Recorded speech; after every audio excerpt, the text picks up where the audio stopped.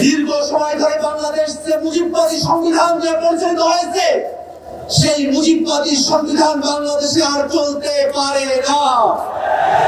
নতুন সংবিধান প্রণয়নের জন্য অবশ্যই বাংলাদেশে গণপরিষদ নির্বাচন আয়োজন করতে হবে। সুপ্রিয় উপস্থিতি, বাংলাদেশে দুইটি পার্লামেন্টের কথা বলা হয়েছে, উচ্চকক্ষ এবং নিম্নকক্ষ। ইতিমধ্যে উচ্চকক্ষের নির্বাচনে পিআর পদ্ধতিতে প্রতিনিধিত্ব নির্ধারণ করা হবে, এই দাবির পক্ষে জাতীয় নাগরিক পার্টি এনসিপি সহ বাংলাদেশের প্রায় সকল রাজনৈতিক দল একমত হয়েছে। কিন্তু দুর্ভাগ্যের বিষয়, একটি কি দুটি দলের কারণে পিআর পদ্ধতিকে উচ্চকক্ষে বাস্তবায়ন করা সম্ভবপর হচ্ছে না। আমরা স্পষ্ট করে বলতে চাই, বাংলাদেশকে যদি নতুন কাঠামোতে পরিচালিত করতে হয়, অবশ্যই পিআর পদ্ধতির বাস্তবতা নিয়ে আমাদের সকলকে গভীরভাবে ভাবনা করতে হবে, বাস্তবায়নের পথ আমাদেরকে অন্বেষণ করতে হবে।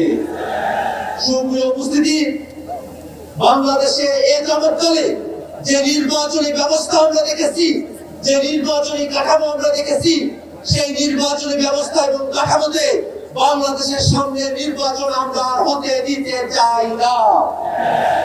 বেশি শক্তির বলে, কালো টাকার বলে, জোর জবরদস্তি করে, কেন্দ্র দখল করে বাংলাদেশে নির্বাচনে জিতে আসার যে ব্যবস্থা, সেই ব্যবস্থা অবশ্যই পরিবর্তন করতে হবে।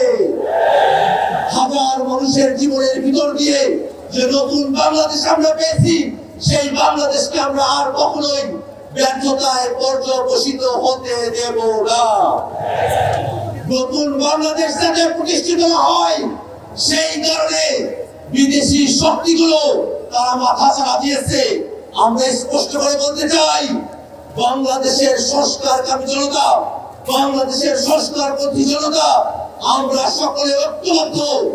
বিদেশি হোক, দেশি হোক, কোন শক্তি বাংলাদেশের সংস্কারের আন্দোলনকে দাবায় রাখতে পারবে না। একই সাথে আজকের এই মহাসমাবেশের গুরুত্বপূর্ণ বক্তব্য হলো, বিগত 15 বছর ধরে বাংলাদেশের মানুষের উপরে যারা স্বৈরাচারী কায়দায় জুলুম করেছে, বাংলাদেশের মানুষের উপরে পিলখানা, শাপলা সহ 24 অভ্যুত্থানে গণহত্যা সংঘটিত করেছে, সেই সব গণহত্যাকারী আওয়ামী লীগ এবং তাদের দোসর, তাদের সকলকে বিচারের আওতায় নিয়ে আসতে হবে। সম্মানিত উপস্থিতি, বাংলাদেশের সংস্কার এবং বিচারের মধ্য দিয়ে নতুন বাংলাদেশ প্রতিষ্ঠিত হবে।